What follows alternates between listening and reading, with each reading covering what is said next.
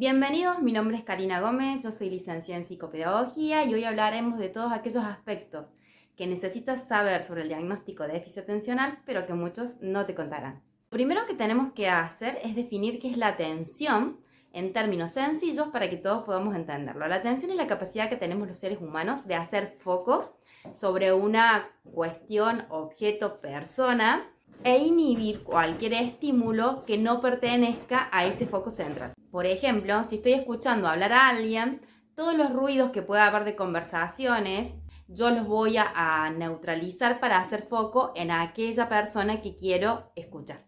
Pero como la atención está ligada a la supervivencia, si siento un ruido muy fuerte que me asusta, voy a dejar de prestar atención, voy a quitar el foco de esa persona y lo voy a dirigir a preguntarme qué es lo que ha sido ese ruido y ver si tengo que activar mecanismos de huida. Por lo cual, lo primero que vemos en la atención es que hay un aspecto intencional. Yo tengo la intención de prestar atención a eso siempre y cuando estén cubiertas mis necesidades básicas de supervivencia. Es decir, que si yo tengo hambre, sueño o cualquier necesidad biológica que no esté satisfecha, mi atención se va a ver afectada, ¿sí? Porque estoy pensando en que quiero ir al baño, en que quiero comer, en que quiero salir al recreo. Lo mismo va a pasar a nivel emocional. Si estoy triste, si estoy angustiado, si estoy transitando un duelo, mi atención no va a ser la misma porque se va a ver afectada. Toda mi energía psíquica va a ir a tratar de resolver eso que se ve como una cuestión primaria o fundamental de mis necesidades básicas. Por otro lado, si estoy en un ambiente ruidoso en donde se me dificulta prestar atención, mi atención se va a ir desgastando a lo largo del tiempo.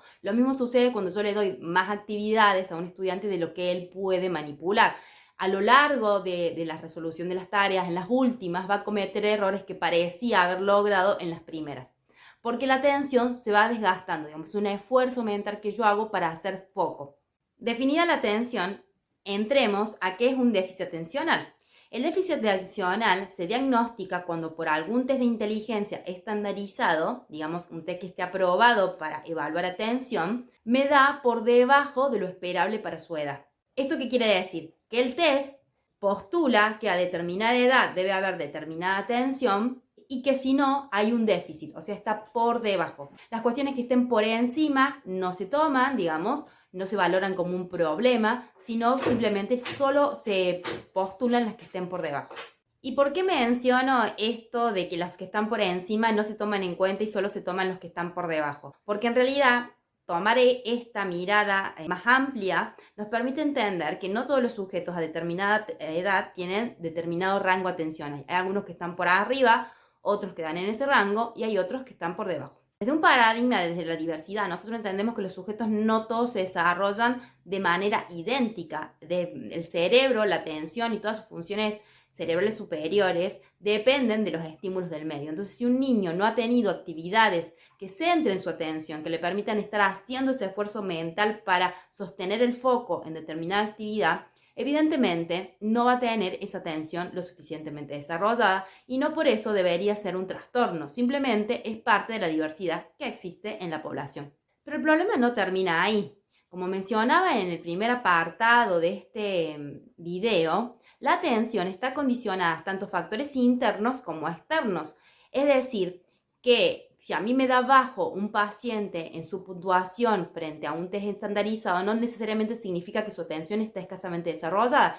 Puede ser que ese estudiante no esté regulado emocionalmente, es decir, que esté viviendo angustia, violencia, ansiedad, un duelo y que esto esté afectando su desempeño a nivel atencional. El test, al ser una prueba que se da en algún punto de estrés, si bien uno trata de generar un vínculo con el paciente para que eso no suceda, el sujeto puede generar ansiedad simplemente por estar frente a una situación evaluativa. Hay niños que viven en estructuras muy exigentes o muy sobreprotectoras que frente a ser evaluados sienten angustia porque no se sienten o suficientemente protegidos o porque creen que van a fallar.